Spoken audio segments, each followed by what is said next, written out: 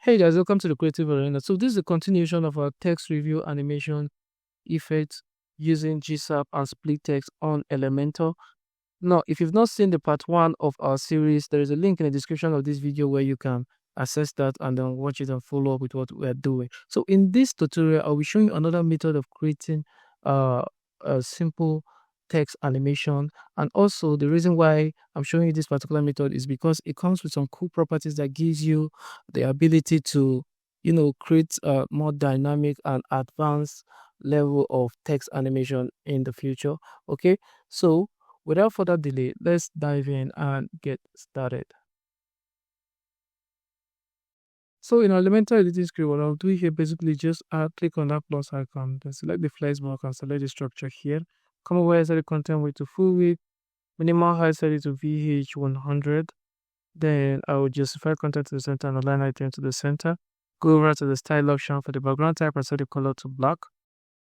Okay, then I go over to the advanced settings. For the padding, I change the uniform pixel to REM and give it a value of 4 REM.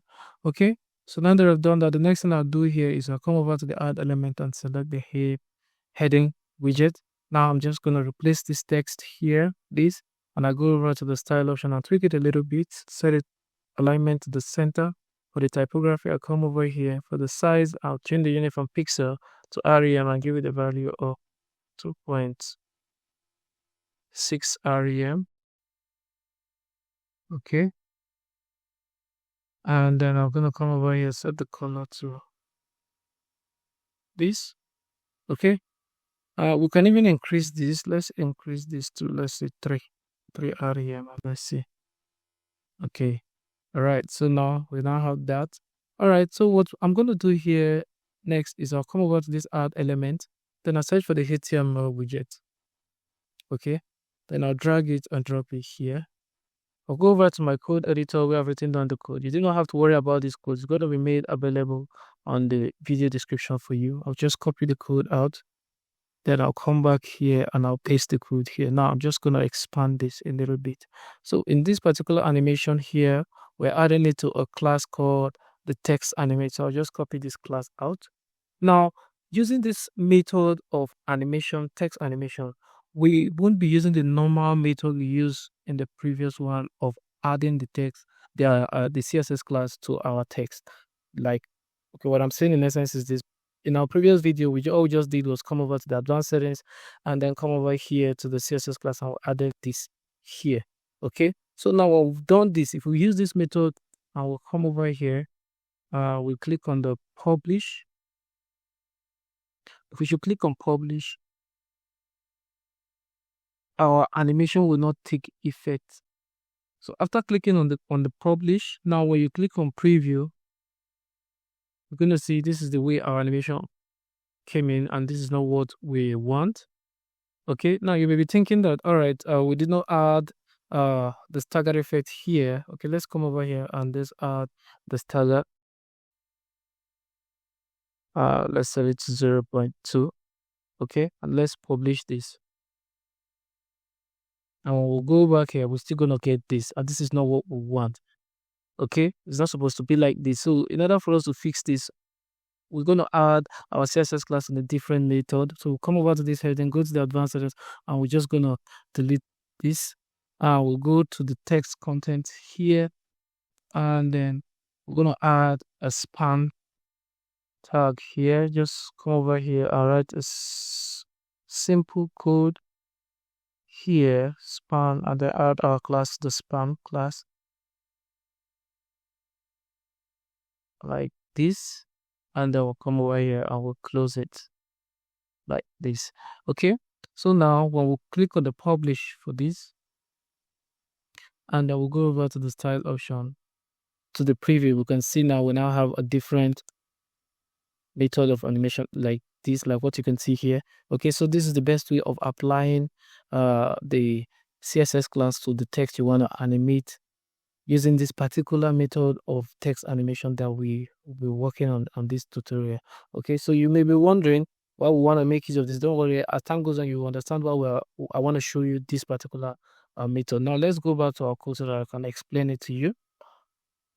Okay, So now we can see this is the basic plugin registration. That's the SplitText plugin registration. Okay, and then over here, unlike the previous tutorial where we used a variable to animate our class, okay, to work on our class, and then that particular variable we add the variable plus dot lines or words like that. In this case, we're doing it directly to the class, and over here we can see the type.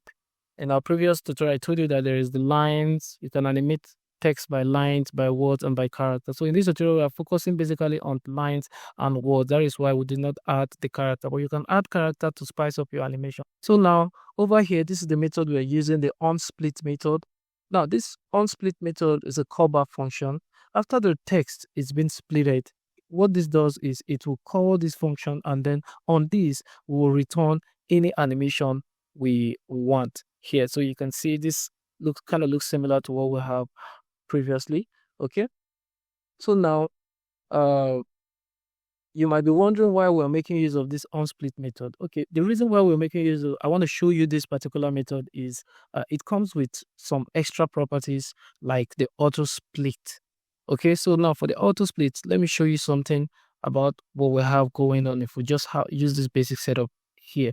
Now we'll come over here to this preview. Now if I should take this off and then I kind of reduce the screen, you can see this is what we'll have here. Okay, now when you refresh this, the animation is going to work. As you can see, the animation will work. However, now when you increase the screen size, you can see now that this did not take the full screen like it used to. It's just like this. Okay, so in order for it to take the full screen, you have to click on refresh, and then it will now refresh and cover the full screen. So this here is not a good feature. So but with the use of this auto split property, let's add it as auto split,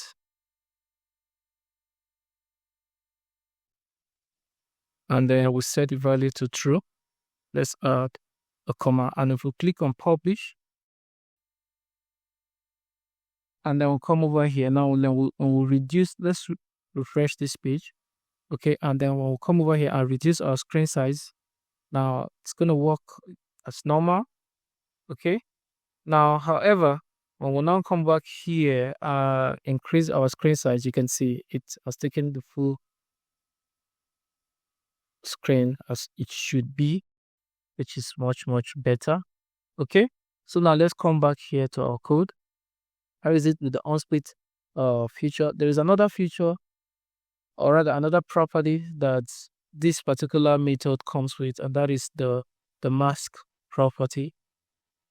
Okay, now do that by adding it to either if you want to mask it, you set which type of mask you want to do. Is it going to be lines? You want to mask the lines, or you want to mask the words? So let's start with lines.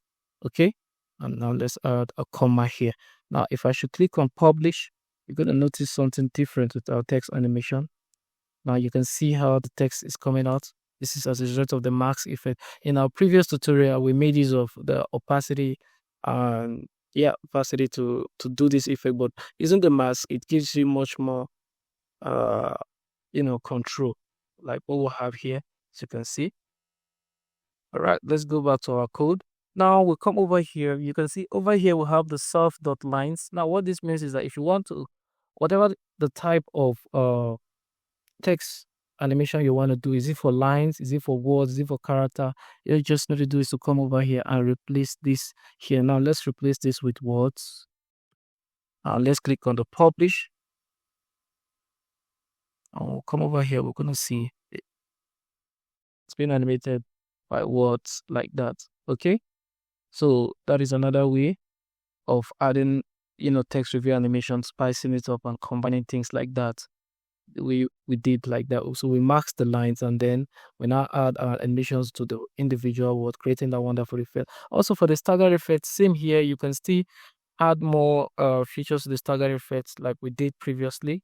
So what we just need to do is to come over here, let this come save each 0.2, then we'll add a comma, the sort of from, and then we can see from the end. Okay. Now let's click on publish. Come over here, we can see this is what we have. It's how our effect comes in from the end. Now, if you do not like the speed at which it is coming in, you can come over here and reduce or increase this. You can set it to 0.4 seconds. And let's go back here and refresh this. This is a little bit slower. Then you can come over here and then set it to 0.04. Then let's go back here and see how it comes in. Yeah, this is a bit faster, as you can see. All right, so now there are also other properties that this onSplit feature comes with.